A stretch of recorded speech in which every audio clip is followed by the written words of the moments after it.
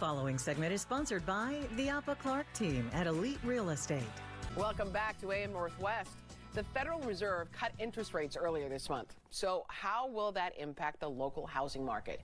Here to share their insights, we welcome back from the Eleete Real Estate Apa Clarke team, senior brokers Tony Apa and Courtney Clarke. Good to see you guys again. Hi. So what does this rate cut mean?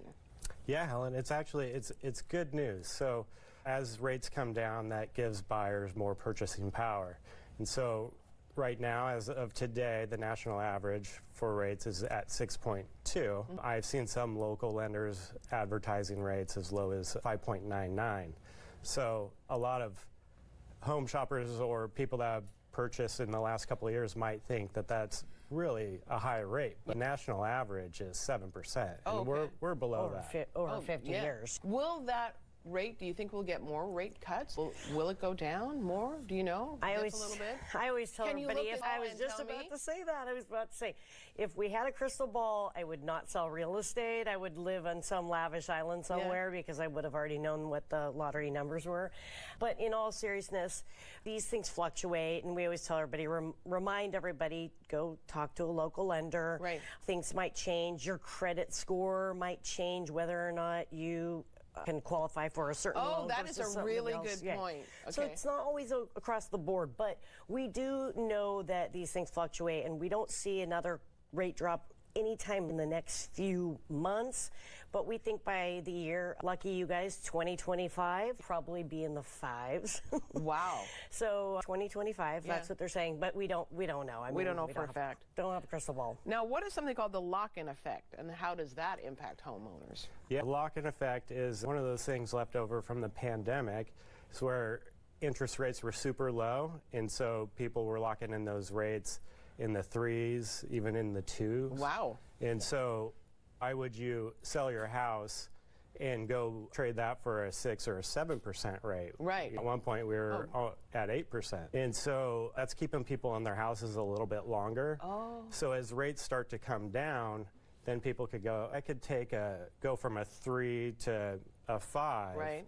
And be comfortable and still be able to upsize my house. Well, and also a lot of people don't take into account the fact that the Fed doesn't affect necessarily mortgage rates. It affects short-term rates.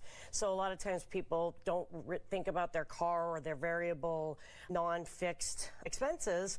And really, you might be paying 30 or 40% on a credit card. And just because you're paying 2.5% on your mortgage doesn't mean that it's better to be paying 40% on a credit card. You might want to shift and not have that lock-in effect and be able to go to maybe a larger mortgage payment, but all your other credit card fees are paid for. So how are these rate cuts affecting home prices?